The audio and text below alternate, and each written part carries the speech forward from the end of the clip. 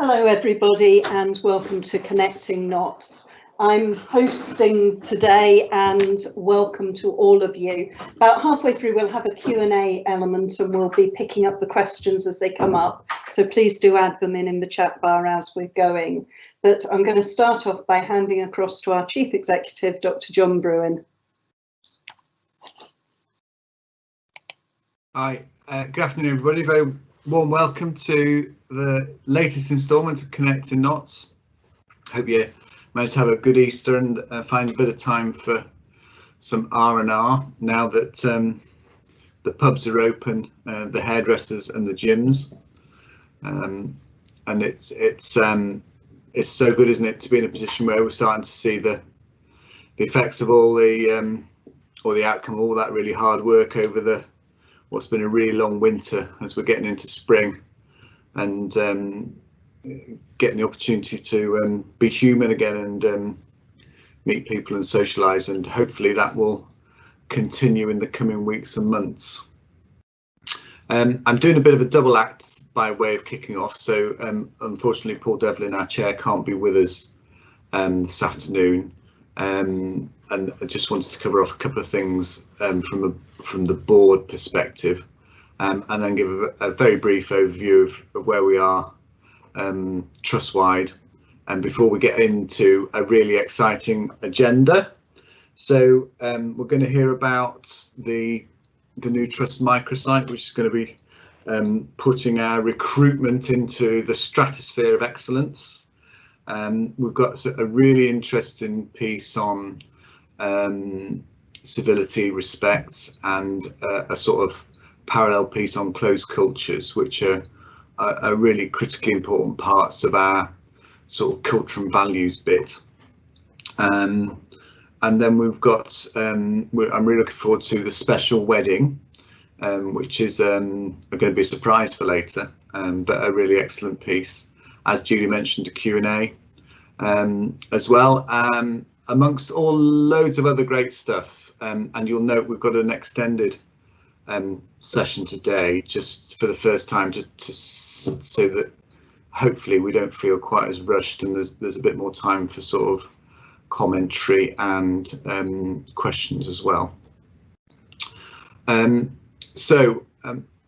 What Paul would say would be, and I often would reflect this too, the most important place to start is with a huge thank you to everybody for what they've been doing.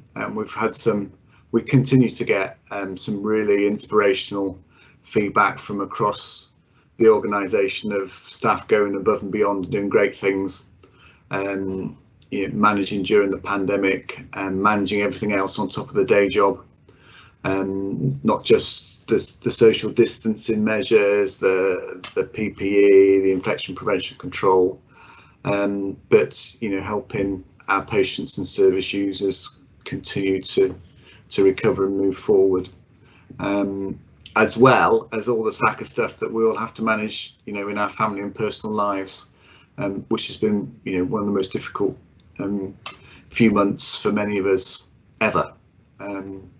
So a huge thank you from us for that. Just a couple of lines on where the board is at. We had a board development session this week, was it yesterday or the day before, where the whole board takes some time to look at some topics in a lot of detail, and sort of set the direction in the strategy for the coming months and year. And just to give you a bit of a flavour of the topics we looked at, we had a training session from the legal team, Mills and Reeve, around managing higher professional standards for medics, which is a really important aspect of the board's oversight of one of the professional groups in the organisation, and the non-executive directors have a really important role in overseeing that. So that was a really useful session. We spent a deal of time looking at the annual plan for this year. So you'll be aware that a lot of this infrastructural work of trusts has been suspended, for want of a better word, in recent times due to the pandemic. But this is a sign that things are starting to get back to some sort of business as usual. So how the trust receives its regular income, what we're planning to spend, what our sort of headline strategies are, and how that's set out, and how we monitor and make sure that we're doing the right things across all the different divisions is a really important part of the board's work. We then had another good discussion around freedom to speak up and speaking up more generally in terms of where we are currently, what issues we need to work on, and to continue in our aspiration for speaking up in this organisation to be something that works really well, and that staff feel enabled to raise issues when they see them in the right way to the right people, and get resolution. We've made some good progress. Comparatively, I think there's still quite some work to do, but I'm really pleased and confident that we're going in the right direction with that. And then finally, we looked at something called risk appetite, which sounds a bit dry. Don't tell anybody, but it is. But it's a really important part of our governance as an organisation in terms of what sort of tolerances we have around the financial side of things, our compliance, our quality improvement, innovation, and our reputational risks. And that sort of sets a framework for that links to the board assurance framework, our governance processes, and our board committees in terms of how we view risk of all the different things that we do. So that's a quick sort of flavour of where we're at, and I suppose the theme leading into just a brief update from Chief Executive perspective is that coming out of lockdown and getting back to business as usual. We talked a bit about this at the executive Q&A the other day. There were some good questions relating to, okay, so we've all been through that together, what's next? And there's an awful lot of what's next. The most important thing is that we make sure that we support all our staff in recuperation, recovery, and find time and space to make sure that people's health and well-being is a priority, both individually and within the teams that they work in. And we've got some really good programme of work emerging and developing within this team, and again, I'm really excited about how that's going to roll out and progress. I suppose all our concerns is that we're going to get really squeezed from the demands, the acuity, the pressures, the regulators to say, okay, you know, that's fine, but there is a whole stack of work to do, get on with it. We need your templates, we need your plans, we need performance, we need your outcomes, bish, bash, bosh. And I suppose that's our main task, to act as senior leaders, to act as a sort of buffer, to absorb some of that pressure, to make sure that we get things right and do things in the right order. Because unless our staff are supported, obviously the inputs and the work that everybody works in terms of patient care and recovery gets hindered. But very busy, lots to do. But again, I think the trust is in a really good place in terms of everything we've been through together. So just a couple of final things to wrap up with. The number of outbreaks, which is a really important monitoring aspect of parts of the pandemic, is the lowest it's been for many months. I think 3 at the last count. And whilst in those 3 areas, it's a significant issue to manage. It's been in the mid-teens at the height of the pandemic. So that, again, that's testament to the huge amount of work that people are putting into making sure that we stick by the rules. And I know this is a bit of a repetitive theme from myself and the executive team, but it's really important that we continue to make sure that we can do that, in terms of our own staff, but also for our patients' safety and well-being. Linked is access to both testing and to vaccines. So we've got a really good story in terms of staff across the organisation accessing the vaccines. I think we've about 1,500 more people to encourage to take it, and the message will be that you haven't missed any deadlines, the vaccine is still available, and you'd be very welcome to either ask questions if you're still unsure, but to avail yourself of an appointment. It's critically important that you get a vaccine. However, even if you've had a vaccine, it's really important that we continue to do testing, because the vaccine doesn't prevent fully transmission. And we're struggling around the lateral flow test reporting. So again, that really important message is to please either individually or to encourage your staff to be testing themselves regularly with lateral flow tests, and more importantly to be uploading the results. There's an awful lot of national and regional oversight of this, and at the moment our figures are shall we say mediocre. Will be you'll have seen already on the messages this week, and through the week we'll be putting more details around how to do that, if people are still unsure, and we'll hopefully encourage people to do it, and the numbers will increase. So that's a summary from me, and again to thank everybody for their really hard work. I hope you enjoy this session. As I finish, I think if this all goes like the smooth, well-oiled machine as it is, we're going to go straight to a video which features Rachel Darcy, our recruitment manager, that gives an oversight of what's called the new microsite for recruitment, which is a great piece of work. So hopefully that should pop onto your screens now. Thanks very much. Hello, my name's Rachel Darcy, Recruitment Manager Improvements. I'm going to talk to you today about our new recruitment website that we launched last Wednesday. So this is our new recruitment website that we launched last Wednesday. So this is part of the improvements project that we started last summer. We always felt that it was important to have a key area of focus for attracting candidates to the trust, but also supporting them in their onboarding journey. So we created this site as a completely separate platform for our candidates, with lots and lots of information on there that I'll go through in a second, but also to support our candidate through the recruitment process. So the area that I'll focus on at the end is the candidate journey. The website will be used for obviously attracting candidates to Nottinghamshire Healthcare, but much more than that. It's there to support candidates through their onboarding journey.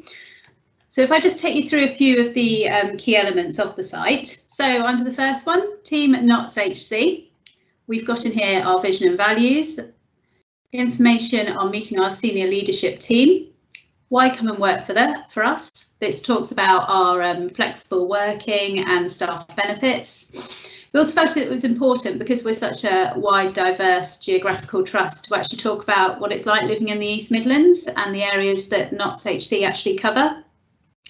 We also have on here a news page.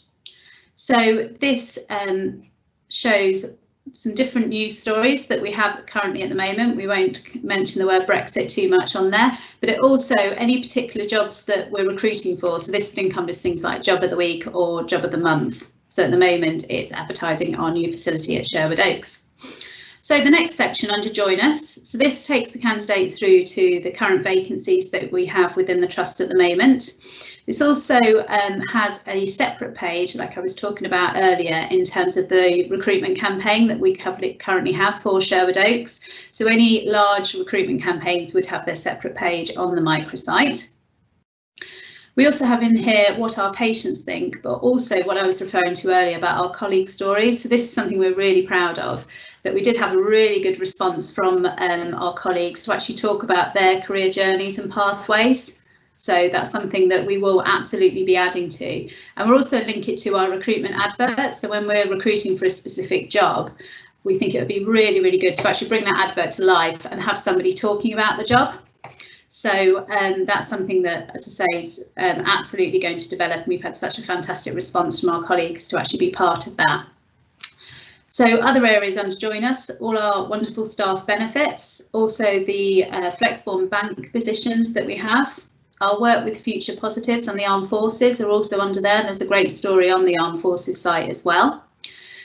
We also felt it was really important to have some information on each individual division within our trust, so people can really understand information on that. So if you click on each of the individual areas here, and once again, this is information to add. So at the moment, this is in phase 1 of the website, but absolutely, if there's extra information that people would like to add to their area, please do let me know. So from a candidate's perspective, it's to actually understand a bit more about all those key areas and also our sites that are covered.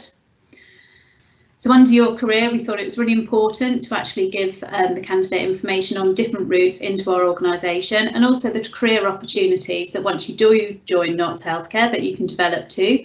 So apprenticeships, preceptorships, and national care certificates, just mention a few. Also felt this was really, really important to have a section on is actually your wellbeing and what we offer and support our staff when they do join Nottinghamshire Healthcare. So key links to all the different areas there, Rocky Health, staff counselling and our staff health and wellbeing offer. We also have under this section Freedom to Speak Up, and we have a video from our Freedom to Speak Up Guardian talking about her career journey within Nottinghamshire Healthcare. So finally, the final section, candidate journey. So this is linking back to the onboarding journey of our candidates throughout the recruitment process. So absolutely, this website is about attracting candidates to the trust and talking about the various routes into our organisation. But we felt it was really important to actually have an area to be able to support our candidates through the recruitment process. We talk in this section about your job application, so hints and tips on making your job application. Also importantly about the interview and assessment process. So very much our assessment centre have changed over the last year due to the pandemic. So we felt it was important here to have some support and guidance on actually using Microsoft Teams and how to prepare for a virtual interview and assessment centre. So there's some hints and tips along the way for that. Once you've received your offer of employment with Nottinghamshire Healthcare, we also felt it was important to actually support people along that process so they understand what is needed when throughout the process. So in essence, if people can be prepared, it does expedite the onboarding and pre-employment checks. So in there are all the information that you need at various stages throughout the process, all the way through to induction. The other aspects we're going to add on to here as well is we appreciate there's variability in terms of people being comfortable in using Microsoft Teams. So we're going to add some training videos on here on Outlook 365 and using Microsoft Teams onto this area. So that's a quick whistle-stop tour of our new recruitment website. Absolutely, if there's any feedback or any information that people feel that should be on here or that you'd like us to add, please do get in contact. And thank you for your time.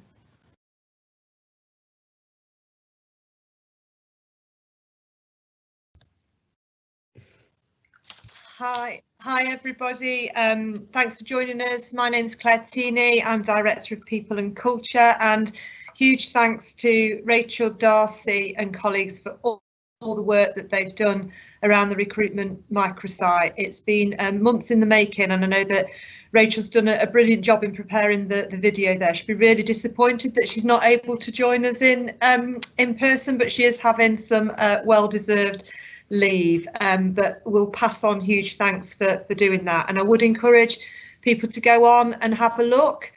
We launched the site last week, but as we said, we launched it last week, but we are still evolving it. There will be new content on there, so if there are things that you would like to see, then please give us some feedback on it and we'll add extra content in as we go along. It is live, it is dynamic, so we'll keep it updated with your continued input. So that's great, thanks. Our next section is around civility and respect, and as John said, this is something that's really important to us as an organisation. It chimes with our values and behaviours that we have as a trust.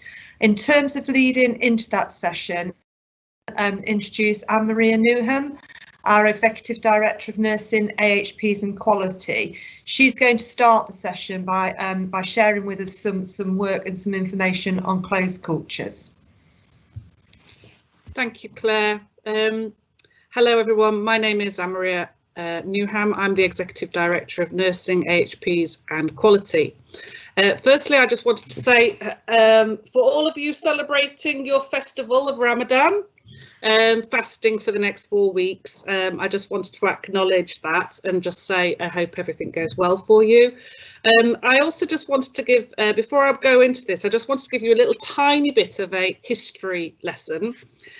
So a lot of you will know, if you worked in the NHS for some considerable time, all about whistleblowing and Sir Francis' report into the mid-staff's fiasco, really. I think that's the best way we can describe it.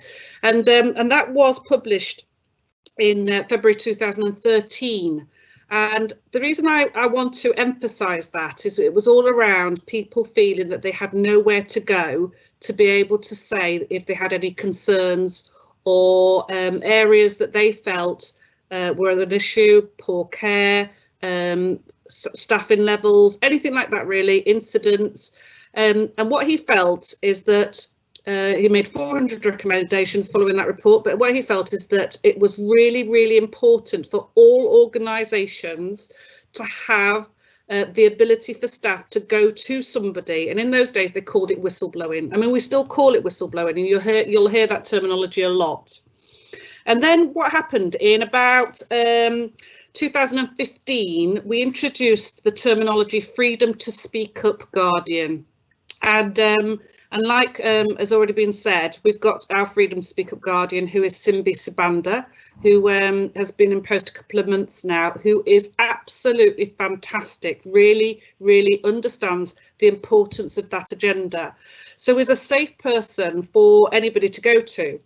Now, the other thing I wanted to just mention on the history lesson was I had the pleasure of meeting to the nurse who did the first whistleblowing, which was Helena Donnelly, and she was really, really brave, and she never ever gave up. She kept trying to say, look, I've got a concern, I'm really worried, and she never let up. She always knew it was right for the patient. She always knew that the patient should come first.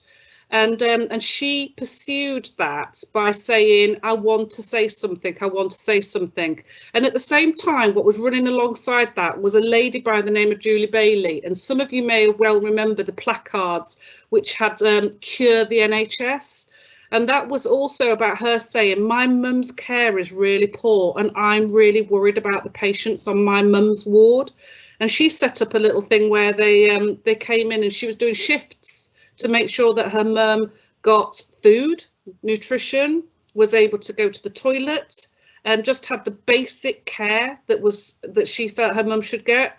And Julie Bailey never gave up. These people were really what I call brave, tenacious, had a lot of integrity, knew what it was important, compassion. And I'd say all that because when we think about our values of trust, honesty, respect, compassion and teamwork, that really plays into what is important to us as an organisation. So history lesson over.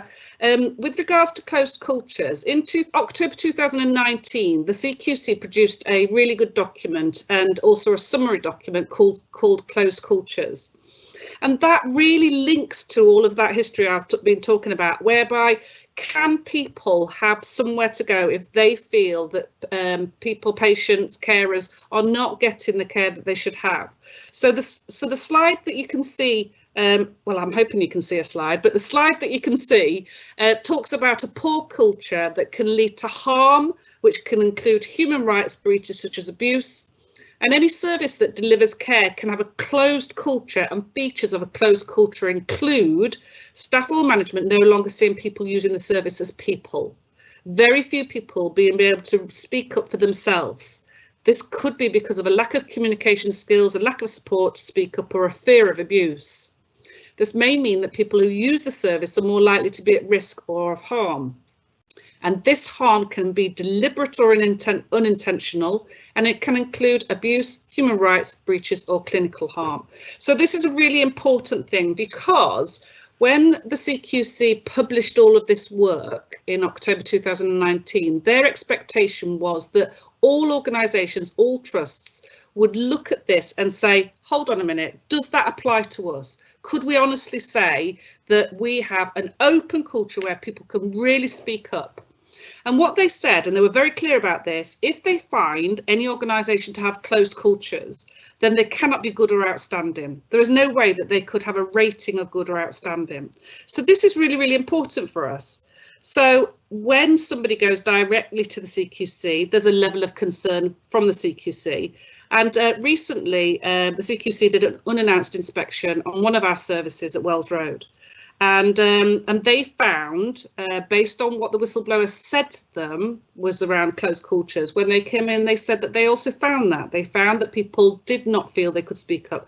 And they found that there were areas of closed cultures, privacy and dignity, and concerns around language that was being used around patients as well.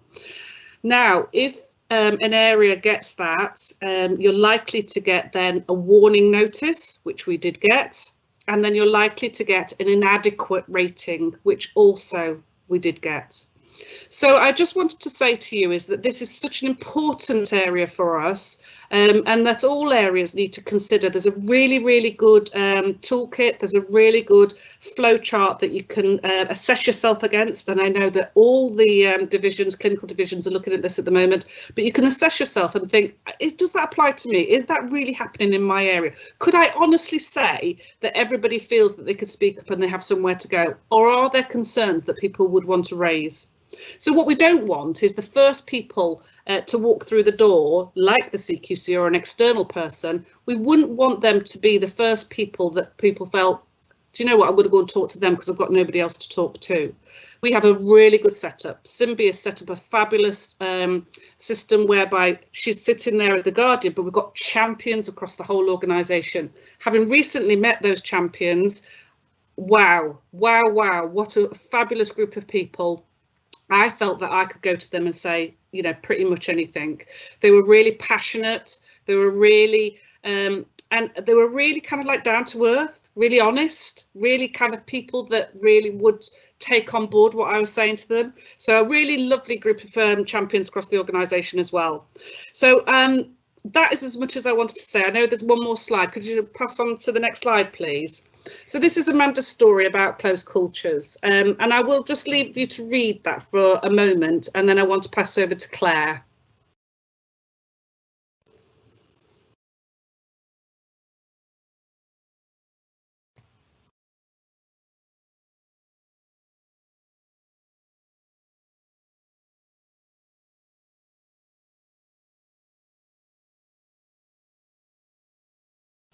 Thank you.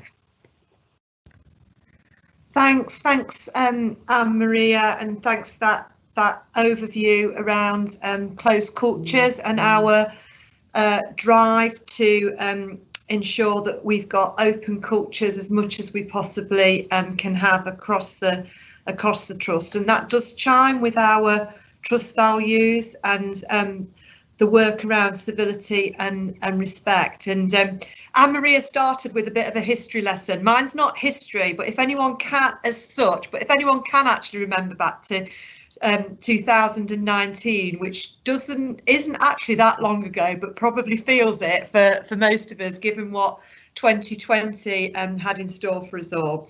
In 2019, we did some work across the organisation to co-produce our new trust values. And the things that colleagues fed back to us, it was a huge piece of work, literally engaged with thousands of staff who contributed to shaping those trust values of trust, honesty, respect, compassion and teamwork. And what we also talked to colleagues about was, well, what is it that makes you get out of bed in the morning? Why are you here? What are the things that matter to you? And pretty much everyone came back and said, well, we're here to make a difference.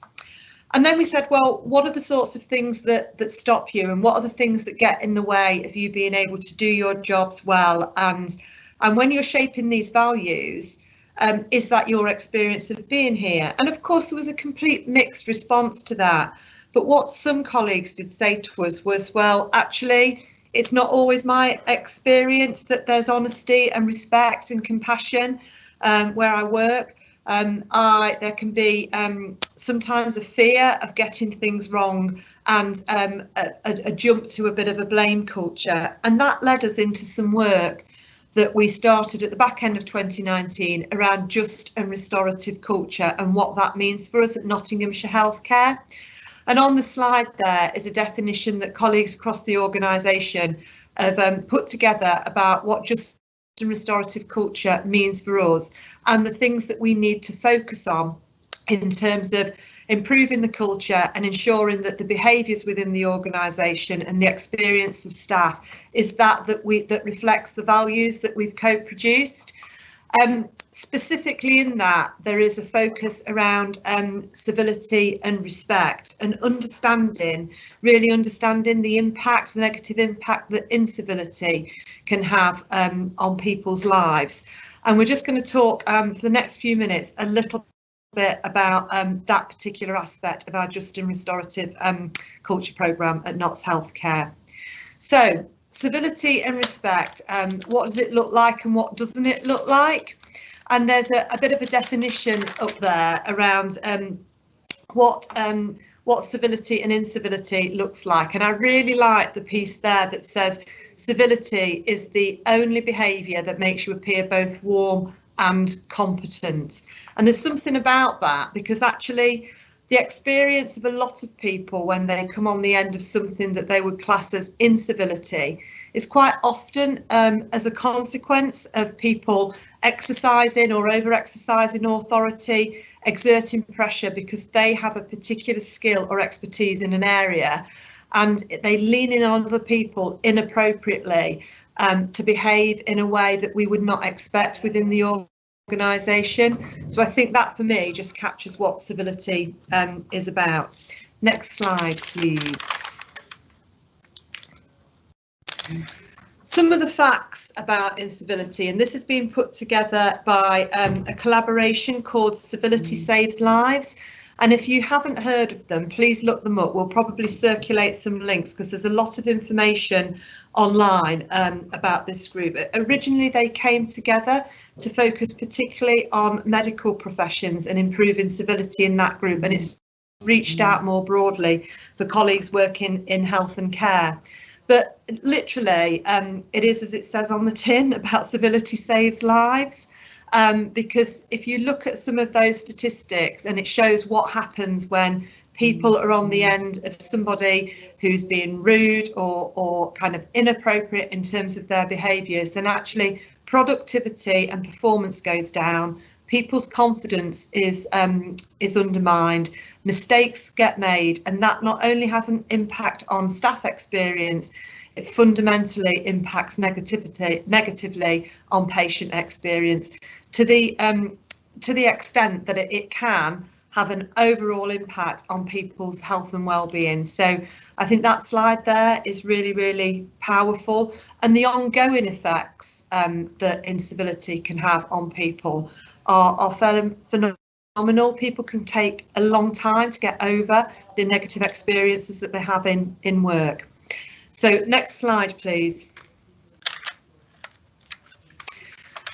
What we did on the back of some of the work that's been put in place within the NHS. So the NHS itself did a little bit of research, particularly around bullying and harassment, which of course links to incivility, and estimated some of the costs per year of some of that, and you can see there over 2 billion in terms of actual costs, in terms of pounds and pence, around the impact of some of these negative behaviours within the NHS. Of course, what that doesn't show is some of the wider human impact of some of what we're talking about.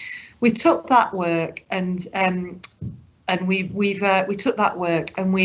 put that across and had a look into our own organisation and looked at each of those domains and said, well, what does that mean for us? And I think it's fair to say that there are some pretty big figures there. And if we could improve people's experience at work by having a real focus on just and restorative culture and civility in the workplace and reduce those costs, just think what we could redivert some of that spend into in terms of continuing to improve positive outcomes for people. As I say, the money's one thing. For me, the really important thing is the focus around not losing sight of the cost it has on human beings, both in terms of colleagues, patients and carers. So I think it's important to show this, but it's important to remember the impact on people. Next slide, please. This slide just speaks for itself about what does incivility look like. And as I say, there are some bite-sized pieces of learning. I think what we'll do, we'll make sure that these slides are available, and we will put in some of the links. There is this work in terms of Civility Saves Lives group is led by a consultant called I've forgotten his name now, actually, as I'm reading the slides. So we'll put those details in for you. But he does a really good talk, which shares some of his own experiences, actually, and some of his own reflections about how in the workplace he has behaved in a way that, on reflection, could have had a really negative impact on people. Thanks. Alex has just reminded me it's Dr. Chris Turner, so I would recommend that you look him up. Can we move on, please?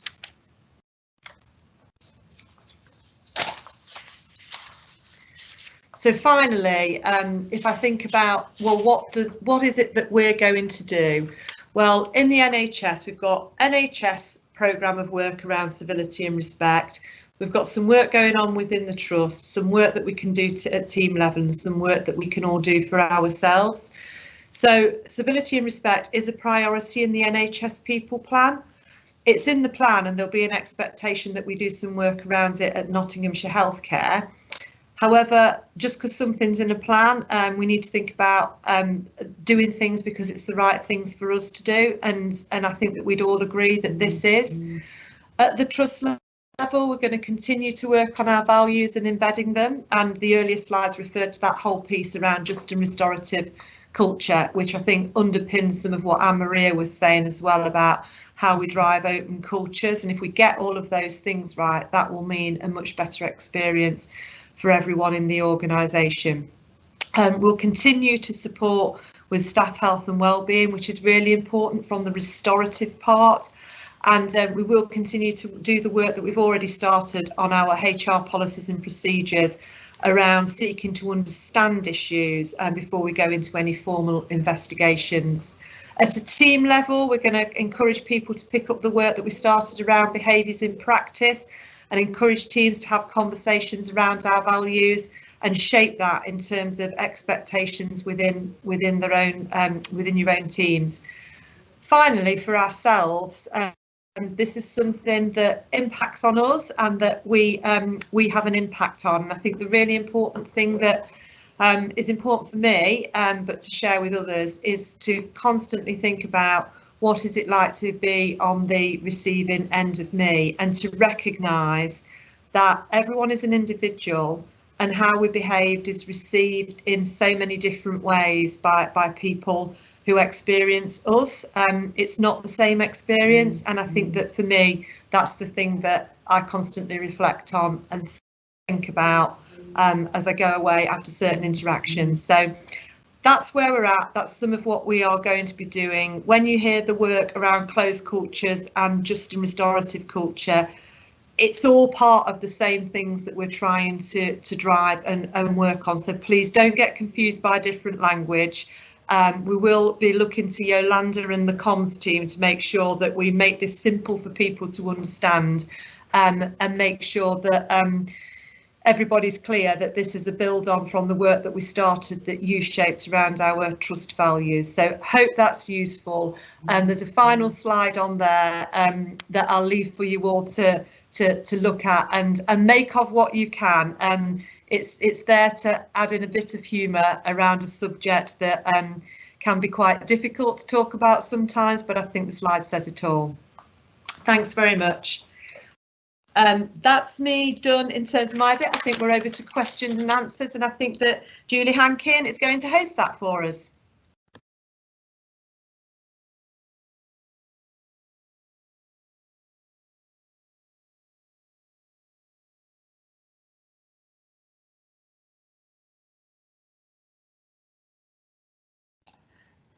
Julie, sorry, you're on mute. I couldn't leave the trust without doing that one more time. Apologies, everybody. So what I said was, thank you, Claire and Anne-Maria. That was great. And the poster is wonderful, and we will make sure we have it up around the place. So I've got some initial questions that have started to come through. Please do add in more if you think of them as we're talking, because I can pick them up from the chat bar and direct them to people. So just as a starting question then, in terms of the discussion about closed cultures and civility, a question from Bobinda in terms of the Francis report talked about dehumanization processes and how that linked to group dynamics and the abuse that fell out of that. And a question about how we're working with colleagues to understand that process and the warning signs and how we might recognise them. And I think, John, perhaps a question for you to start off with, but others may want to pick up. Yeah, thanks, Julie. And hi, Bulbinder. Good afternoon. Thanks. That's as ever a really thoughtful question from yourself, and it goes right to the heart of the matter. And I've just been thinking about it whilst listening to Anne-Maria and Claire. So my initial thoughts is that sometimes when you read things like this Francis report or of trusts, organisations, teams that have gone horribly wrong, you think, oh my God, why wasn't that spotted? But unless it's catastrophic, sometimes these things are quite subtle, and it's easy to overlook some of the early warning signs because they're not the usual things that managers and others look for. And also sometimes it can be quite a fine line between a really strong, high-performing team that's got everything going fine, that doesn't need any external intervention or support, and that gradual shift into nothing to see here, everything's okay, as things inevitably start to slip in the sort of cycle of the way things go. And it can therefore be really difficult to spot. And I think this is why this is really important work for us. And as the CQC unfortunately pointed out, we've got some evidence of closed cultures. So I think it's as much a call out to people on this call, the senior leaders and people across the organisation, just to sort of have a time to reflect on your own personal work, the team or teams that you work in, and just ask yourself and think about what's my team like if to be on the receiving end of. So with the slide earlier, Amanda's story, her experience of an inpatient ward was a really tight, closed, professional team that were completely inaccessible to patients, which is an awful place to be. I'm fairly sure, I'm pretty confident across the trust we've got some brilliant examples of great practice of really strong, well-performing teams, but it's really important not to lose sight of that self-awareness or that team awareness. What are we like actually to outsiders, to users, to other people within it, and just sort of test that out. And if you're left with thinking, well, actually I'm not quite sure, then we need to think about, okay, so what do we start to do about that? And that's, I think, one of the reasons why it's always really, really important to get additional external pairs of eyes in to look at how teams are performing. And some of the best evidence is around peer groups doing that. So whether it's some of the Royal College sponsored quality peer review visits, whether we do that across our own services. So, you know, an inpatient dementia team goes and sees another one with a bit of support and training. Things like that, I think, start to get to underneath some of the surface defences that we have. That's my might be a bit of a prolonged reflection, but that's sort of some of my initial thoughts on that. But thanks for the question, really good one, thank you. Thanks, John, that's really helpful. I wonder, just expanding that then a bit, a question that has come through. How do we then move from that, and perhaps Anne-Maria, for you as a thought, how do we make that feel real to people on the front line, on the wards? Because all of the talk about closed culture and dynamics and everything else can feel quite difficult to apply. Yeah, I think that's really, I like what John's just summarised there, but I was thinking, really, how do we really actually do that? So one of the pieces of the work that we did as an executive team, which I thought was excellent, is last year we took the values: trust, honesty, respect, compassion and teamwork. We took it as a column, and then on the right hand side, what we wrote is, what would people expect to see from us? What would the behaviours be? And we did that, and I remember when I first started in the trust, in the days where you're allowed to see each other without a mask. Do you remember those days? They feel such a long time ago, but we had a session at Trent Vineyard, and we had a table session about, you know, what would that look like for a ward or a clinical area or a team or a service, about what could they expect, what would the behaviours that they could expect of each other, and that's starting to then have the conversations. And I think it's about starting to have the conversations with each other. Now, we've got loads of tools. So we've got the quality first visits, where they've got a really good template of closed cultures. I can see as well that we've got some of the really good frameworks, tools, templates, flow charts and things like that.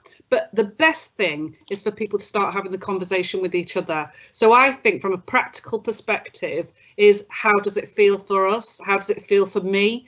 How does it feel for you? And having those conversations in it could be in 2 or 3 people, or it can be a team of 8, or it can be a team of 20, but it just starts the conversation. That's how practically I think we need to start it.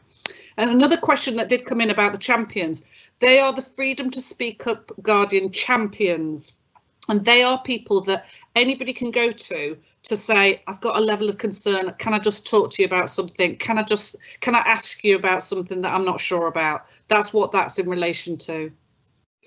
That's great, thanks, Anne-Maria. And just to pick up Samantha's comment in the chat as well, which is really helpful, highlighting the new training around admin staff and communication and how we help people work between different groups. And I agree, I think that's a huge step, and that communication and thinking about each other is exactly what helps with this. So just to pick up another question in terms of the first video around the microsite, Claire, I wonder if I could pass this one to you. As a member of staff then within a team, how can I help to share the microsite and promote working for the trust? Okay, so we can make sure that we get the links out to people, and we would encourage people to put that out as well on social media. And as I said earlier, the other thing to do is to, so all the details and links are on Connect, and you can get in through our external website as well. So anything to do with recruitment now, you will be directed straight through to that site. So even if you don't think you're going into it, anything that you try and access in terms of our jobs at the trust will take you through to that microsite. But what we will do is resend out the links, probably in John's daily communications, and that will land with people, and you please share that on. The other thing that I mentioned earlier as a follow-up to the presentation is that if the content, we had to draw the line somewhere and say, right, when have we got it as polished as it can be, because it is live and it is dynamic, can go on forever going, oh, well, we think we need to add that in, that'd be really good. So we drew the line and said, right, let's launch it, and we did that last week. But just to reaffirm, if you do want to add something in, you can email Rachel Darcy direct. She will work with you. Should also say a big thanks to Chris Hughes as well, who's done some phenomenal work for us in getting the site up and running. But Rachel is the key contact if there's specific content that you do want to get on there, and we'll make sure that we work with you to reflect what's going on in the services and what opportunities there are. That's great. Thanks, Claire. So then a question that's not directly linked to the presentations, but I'll pick up because it may be something that a few people are worried about or want to ask about. So just relating to the Oxford AstraZeneca vaccine and the concerns and discussions that there have been around that. A question about having had the first dose of AstraZeneca but fall in the 18 to 30 age bracket, due to have second dose next week, that have seen it's not recommended, what should we do? So just to confirm, the current advice from the JCVI, which is the scientific committee that really is controlling and advising and sees all of the evidence and gives us the guidance, is that at the present time, if you have had your first dose of AstraZeneca and you are under 30, unless you fall in the group of people who already have clotting problems or blood problems, you should continue with the second dose of AstraZeneca as you would normally have done, and that the risks do appear to be minimal. The issue is particularly for people who have those problems, and there will be specialist advice available for those. So I think that's all the questions that we've had coming through. We've got a few minutes, so I'm going to take the liberty of adding in one of my own. And just for Claire, with regard to the civility work, I'm aware, I think it's something that our colleagues at Sherwood Forest have done a lot of work with, and that was really quite instrumental in their moving to outstanding. And I wondered if there was any key thoughts or learning that we were able to take from them and what worked there. Thanks, Julie. But better be careful what I say, being the director of people in both organisations. But no, seriously, a lot of good work. I think it's a lot of what we've touched on actually in terms of the conversation. I think one of the things that that we did at Sherwood Forest was particularly around, we had some really quite simple and straightforward, what I would say bite-sized training chunks that we were able to roll out across the whole organisation. And you know how we had the conversation just about, okay, how do you notice when something isn't quite right in the team and things are not working in the team? We rolled out a series of small bite-sized talks really for then teams to talk around. So how does that reflect in terms of civility and incivility, and have a really honest conversation at a team level to say, well, actually, yeah, it's right, we do experience some of those inappropriate behaviours, but then to acknowledge that and to create a space for a same conversation about what the team were going to change to make that different. And I think that was really powerful and really empowering, and that was something I think that was it was appreciated. It was quite brave when it was first done, but I think it does it has helped with an open dialogue, particularly in some of the frontline service areas. So that would be what I would say some of what's been done. Final point from me, just on that, is that John made reference to a fresh pair of eyes and an external look can be really helpful in helping us all reflect what might be going on. And I think something that we started, and for us to really pick back up on, is working with our bank and temporary staff, who are colleagues that work across lots of different parts of the organisation, and also with new starters, to really encourage a conversation to say, so what was it like when you came to our team? What did you notice? What are the things that you could do differently? And be supporting people to give us some honest feedback, and that can help make some positive changes. Wonderful. Thank you. And thank you to all presenters for answering questions, and to all of you for putting those questions through. So we're going to move on now to our good news story, and I'm going to pass over to Tracy Holland, who's going to tell us about this. Yes, my name's Tracy Holland. I'm a community staff nurse who works obviously on the front line, and it was my privilege to be able to be acting registrar for a couple who were the husband was end of life. So we're going to do this by an interview that was pre-recorded, and there's also a song that the son of the family made afterwards. It's a real humorous song regarding the wedding and what happened at the wedding. I got a referral for a gentleman with end-stage heart failure. He was aware of his poor prognosis, and he had 2 wishes, and one of those was to get married to his partner, Linda, who was there at the time of review, and asked if I could initiate that and how they would go about arranging that. So I discussed that I've not done this before, I'd not initiated anything like that in the community. I had done it in the hospital, but the chaplain was at hand in the hospital and those services were easily accessible. So I went away that afternoon and contacted Notts County Council. They said they would email some information across to ourselves to see how we could initiate this.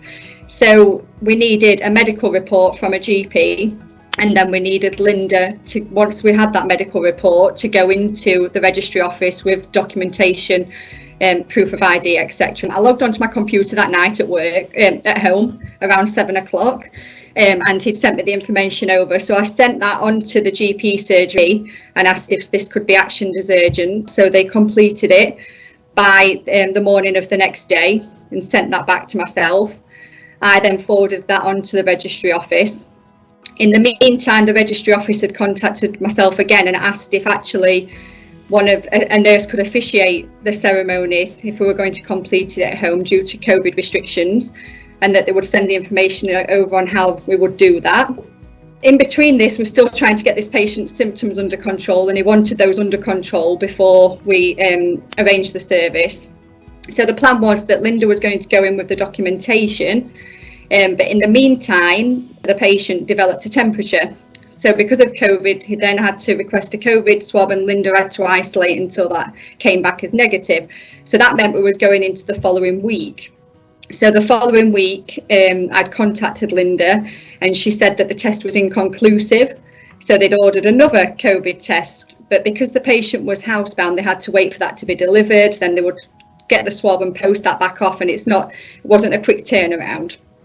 So on the Thursday, the following week, I contacted out of hours and asked if they would be able to do a fast track COVID swab. So they contacted our team back and said, yes, they were happy to do that. The district nurses would collect the swab from Bassett Law Hospital. They would then do the swab and get that sent back as urgent.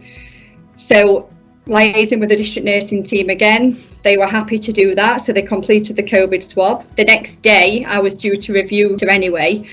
And when I went, and it was clear that his condition was deteriorating, and I was concerned that he might be going into the last hours to days of life, and that we wouldn't actually be able to complete this ceremony. So I spoke again to the registry office, and they said that if we didn't get the swab back, they could do it under special circumstances, and gave us the details of the specialist registrar. Also gave that to Linda if she was concerned that he was deteriorating. She could contact them directly, and they kept very close communication and contact with both myself and Linda. Then I phoned up Doncaster and Bassett Law microbiology labs that afternoon to see if they had the result, which they did, and it was negative. So I was able to confirm that with Linda and the registry office, and Linda went down there that afternoon. They booked in an emergency appointment so she could take all the documentation. Sam said that she was supposed to be conducting the wedding on Monday, and she felt as though she wasn't sure whether he would last that long at the time. So she contacted my district nurse, and my district nurse knew I was on at the weekend. So, I said that, agreed that I would do it. I was a bit nervous about it. because obviously I've never conducted a wedding or the legality of everything. So I thought, well, I don't know this lady. I didn't really know her husband either, because I'd not ever met them. So I thought, well, if I get there 15 minutes before, I'll try and have a chat. It was a very busy weekend, so I wasn't quite sure whether that would come off, but I managed to get there early. Spoke to them both, and I thought to myself, from what she said, this wedding means more to me than the legal things. And I thought the previous night, is there something that I might be able to do gauging on who she was and who the couple was. So of course they seemed to enjoy telling me all about what had happened, how he'd lost his wife, and they'd been neighbours and she'd supported both of them through the years, and they'd been good friends, and then after 3 years something happened between them that made them realise that they were getting feelings for one another. So I kind of said to them, well, you know, would you like me to do a little reading or something? And she said, she started getting all teary. I says, no. I says, it's going to be a joyful occasion and we're going to be happy, and this is about what true love is about, you know. And because I know my Bible quite a lot, I read them 1 Corinthians 13 about what love was, and it was particularly the verse where it says, love bears all things, endures all things, believes all things, love never fails. So I read a piece of that because I thought that was appropriate, and I sort of talked about what was appropriate to them. And she very much appreciated it, and we just went through the legal. They had to read their legal piece out, and then they'd said they wanted to exchange rings, so we made sort of a little bit of a ceremony with it, really, you know, would you like to exchange rings, and so on and so forth. And then there was family who were the 2 witnesses there, so it was nice, it was a very happy occasion, really, you know. And because I thought, I can't allow it to get emotional, because if I get emotional I'll be crying through it, you know. So that was basically it, really. And it was just really, really nice. It was a privilege, you know, for me to have done that.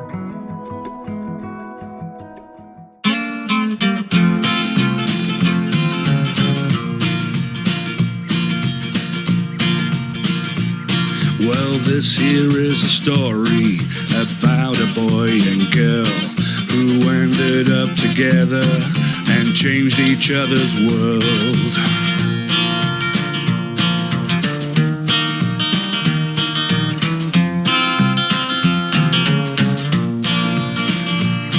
'Cause Linda, she got fed up of the same old 4 walls. She could have gone to see the world, but she ended up next door.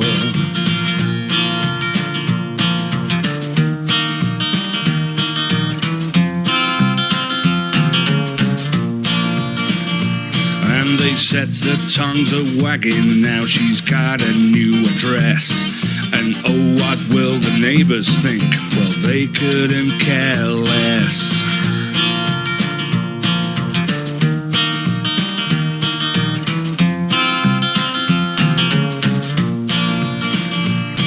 Well, my dad doesn't mess around, and his patience wears real thin.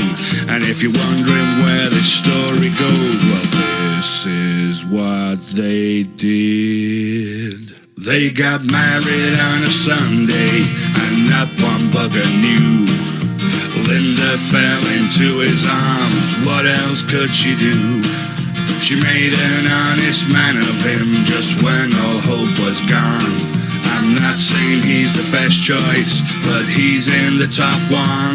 They got married on a Sunday, and not one bugger knew. In his best pajamas, they went and saw it through. Well, all the other fellas were right back in the queue. They got married on a Sunday, and not one bugger knew.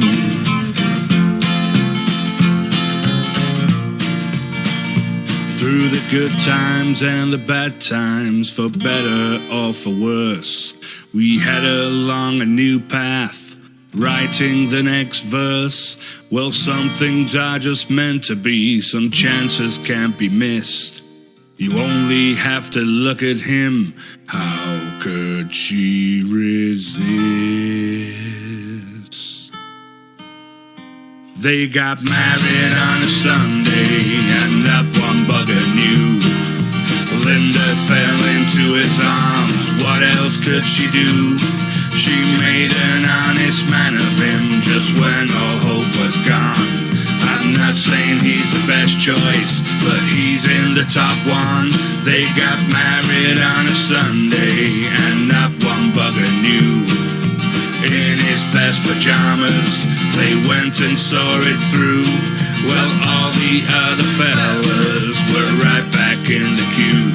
They got married on a Sunday, and not one bugger knew.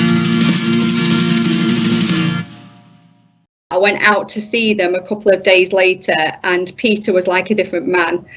It really rallied round. His smile, his face, he was just sat in the bed just so proud to call Linda his wife, and something that he'd wanted to complete for so long. And he then was Linda's husband for the next 3 weeks. He did unfortunately pass away on the 14th of February.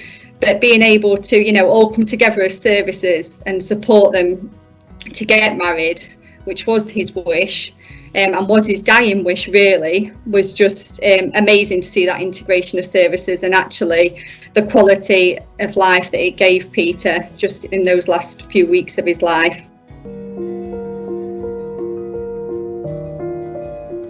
Dear Sam, I just wanted to take this opportunity to say a big thank you to you from my husband and myself for arranging our civil ceremony. Without your help and those who assisted you, we would not have been able to achieve our wishes before his passing. You saw for yourself what a boost it had given him, and I am proud to have been able to take this wonderful man's name and officially become his wife. When processes in many organisations seem to take forever, and especially at a time when the NHS and its staff are all under such pressure, you found a way to bring everything together in double quick time. Had my husband not had a raised temperature and had to await the results of a COVID test, which fortunately had a negative result, the ceremony would have taken place within a week of our initial conversation. Instead of which it was 12 days, which was still good going. You turned what seemed to us an impossible task into a dream come true, and on Sunday the 24th of January, my birthday as it turned out, we held a civil ceremony at our home with just 2 family members as witnesses, the registrar and the nurse who officiated. I would also wish to thank the nurse, Tracy Holland, for taking the time out of her day to conduct the proceedings for us. As you know, my husband passed away 3 weeks after the ceremony, on Valentine's Day, but he died a happy man and is now at peace. Myself and both families will be eternally grateful to you for what you did for us. With grateful thanks and kind regards, Linda.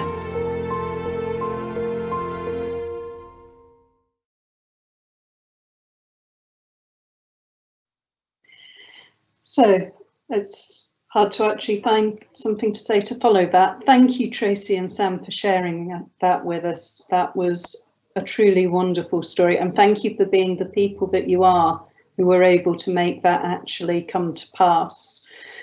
I think it just reinforces what an incredible privilege our jobs can be, the amount of impact you can have on somebody's life and thinking about them as a whole person. Just to say as well, obviously that wonderful song was written by Peter, by the patient's son, and was there at the wedding. So moving on from that, although I think that's going to be difficult, I'm going to pass over to Tracy or Landy to talk about the staff health and wellbeing.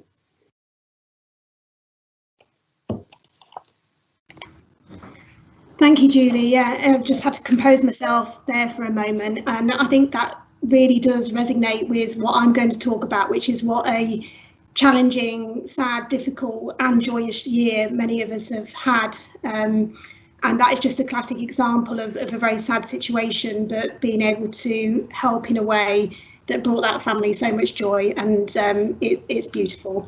Now, I am the first person to try and screen share my slides through this medium. I think that's correct. And I think I'm going to fail at the first hurdle because, Jenny, I'm having a look to see how I screen share and it's vanished from the panel for the Teams meeting. So I think what I might need to do is just quickly send those across to you, Jenny, if that's okay.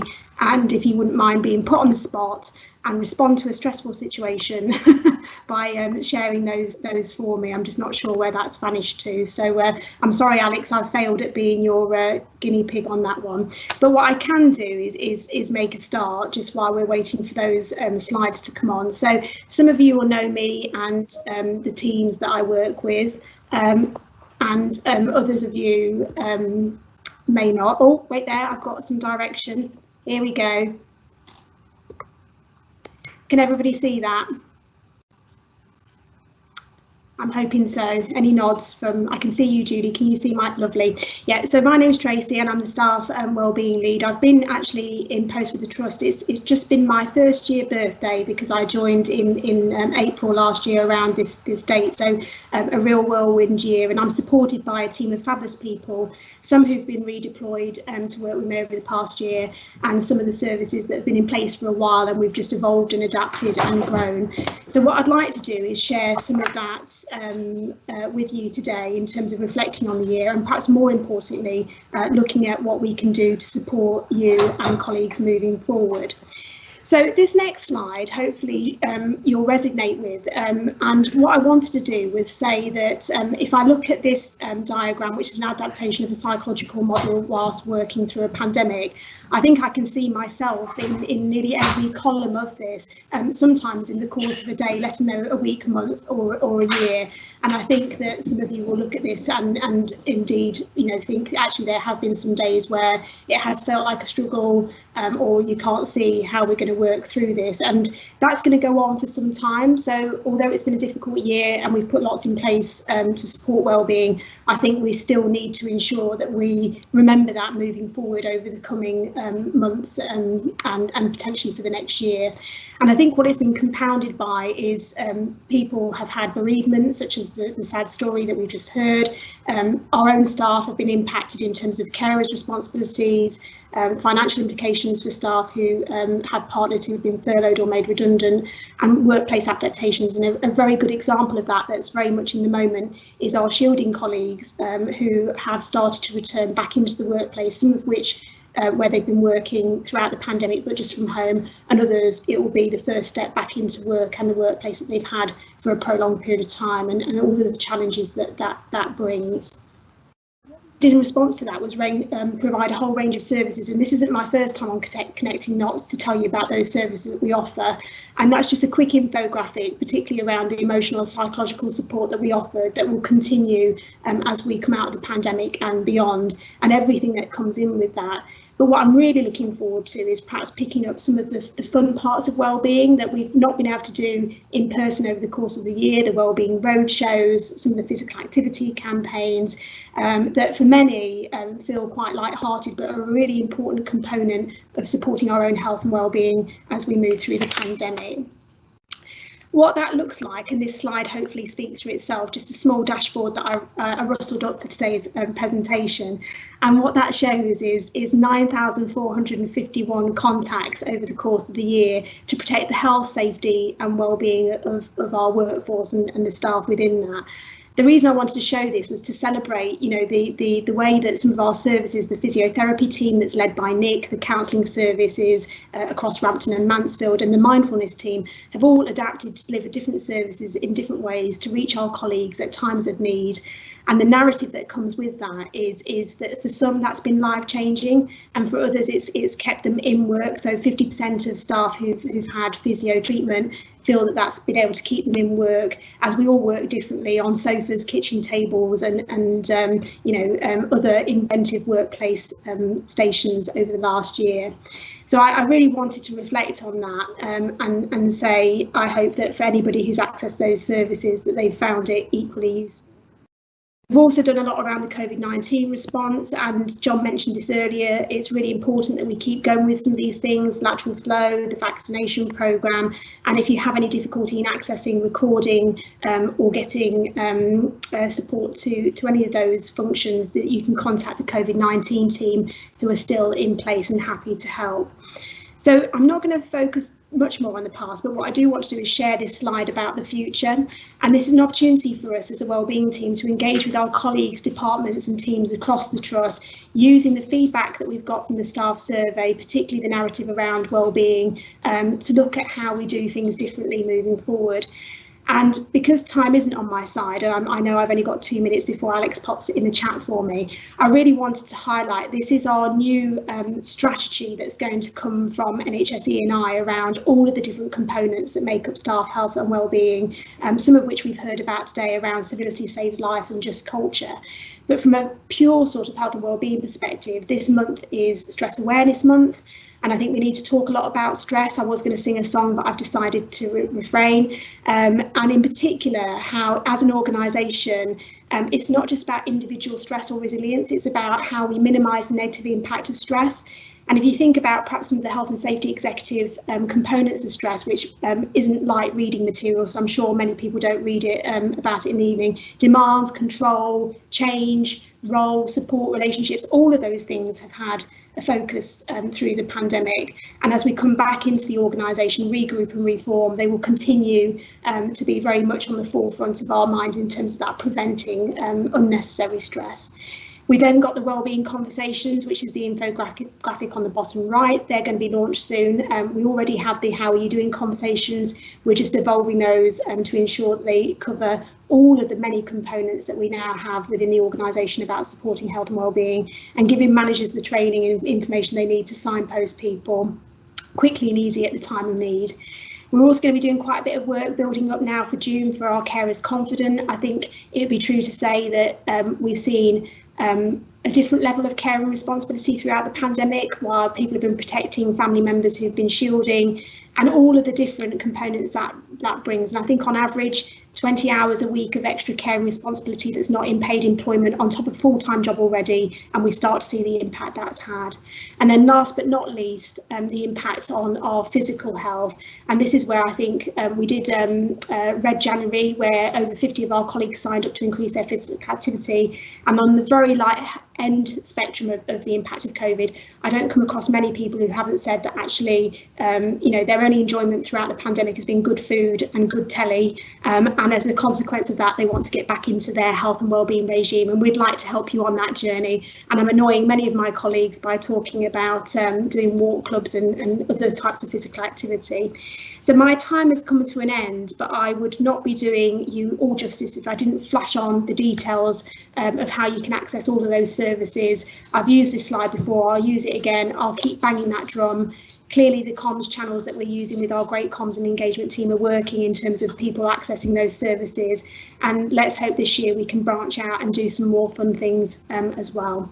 So I'm going to pause there, take myself off screen share and quickly hand over to John.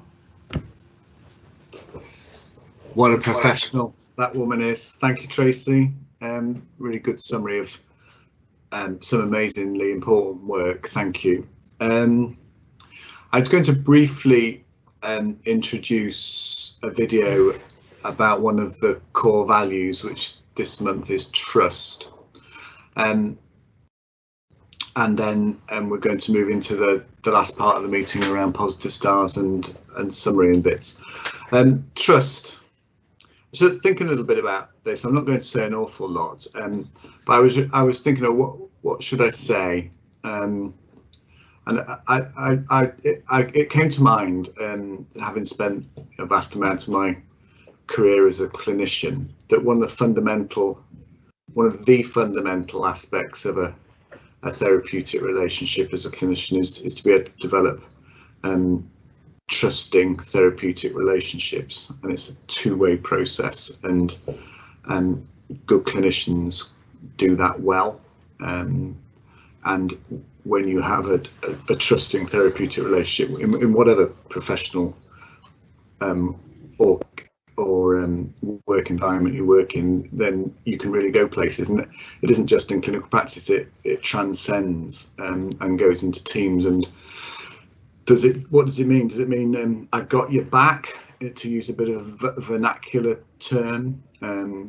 Does it mean that if I say something, I'll do it? And you can believe what I say?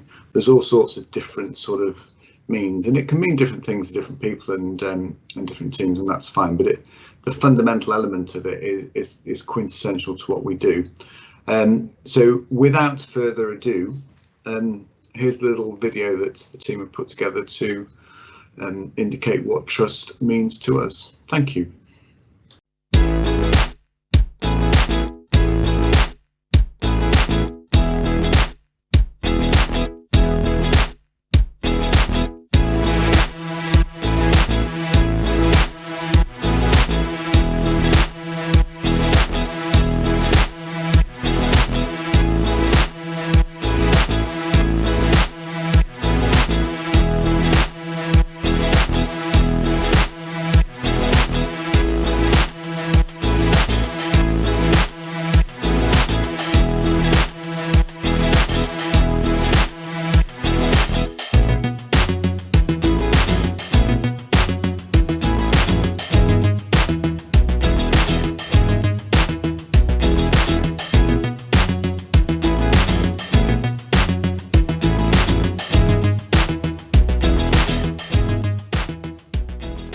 Hi, my name's Jo Horsley. I am the Adult Mental Health Involvement and Experience Lead.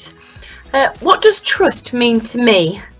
Well, I think it's quite significant that it's the trust first value, as in trust, because it is perhaps the most important trust value that we have, because without trust, I don't think we can have anything else. Why is trust important? I think for me, trust helps me feel safe and it helps me feel confident. To work in a trusting environment is one where you feel that you can go to others if you need help and support. If I reflect on my 35 years in this organisation, I can genuinely say that there are people that I trust on a daily basis, people I trust with information, but there are people that I would trust with my life, such as the relationship that has developed over those years, and that is very valuable for me, and that is one of the reasons that I chose to return post-retirement to this organisation. So to summarise, what does trust mean to me? It means that I'm a person that feels safe with the people around me, and it means that I'm confident to grow as a person, as an employee in the organisation. It also implies that I work in a way where there is respect, there is honesty, and of course there is teamwork, which is why I feel that trust underpins everything in this organisation. Hello, my name's Andrea Emmons and I'm a Family Interventions Coordinator within Adult Mental Health Services at the Trust, and I've worked for the Trust now for many years, and I think one of the things that's helped me on that journey and made me want to stay with the Trust has been the values that I've worked within the Trust, and more recently we've got the new values, and the first one of them is trust. And for me, I think that's so valuable because I work with so many different people, and none of those relationships can be positive or move forward or be helpful to people unless there is a sense of trust. So that's from the carers and family members that I work with other staff members at all levels within the Trust. So that is the core thing really, to enable those working relationships, therapeutic relationships to flourish and develop. And it's also important to me because a lot of information is shared, so from family members to me, service users, but also my information to other colleagues and the people working in the Trust. And I always think that mutual trust between us enables confidence in that information sharing.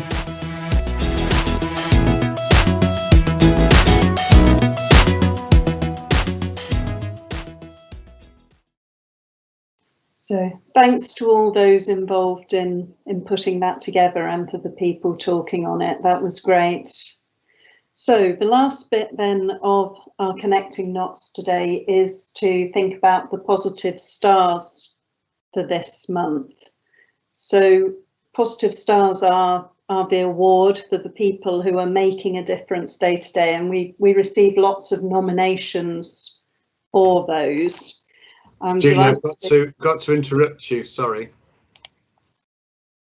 Go on. Because outside your door there should be somebody about to enter, and everybody on the meeting. This is Dr. Julie Hankins' penultimate day in the organisation. Julie's been with us for 6+ years, I think, Julie. Yeah. And her very last objective was to host Connecting Knots, which, as a true professional, she's done superbly today. But that's a mere drop in the ocean compared to the massive amount of fantastic work that she's been involved with the organisation for all those years. So, Julie, on behalf of the Trust, I just wanted to say thank you very much. There's a small token of our floral appreciation, which we can't see on the screen because of your background thing. There you go. Just a little token of thanks. But to say from everybody, you've been an absolute wonderful colleague. We thank you for all that you've done for the patients and service users that use our services, and all the support you've given for all the staff across the organisation and your tireless work ethic and efforts over the years. For those that don't know, Julie is taking a long break of a weekend before she starts work at Cambridge and Peterborough Mental Health Trust, which is somewhere in the flatlands out east. We will miss you, Julie, and Cambridge and Peterborough will have gained a very experienced expert in the field, and we wish you all the best.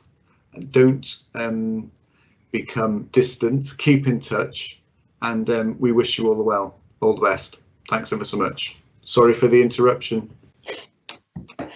Thanks, John, that's very kind. And for those who hopefully can see, a rather beautiful orchid has appeared through my door as John was talking, so thank you for that. And I think just say thank you to all of you out there. I've loved working for the Trust over the last 6.5 years. I'm really proud of the Trust and of all the things that we've done, and I will look forward to seeing you go from strength to strength. I have no doubt outstanding coming up.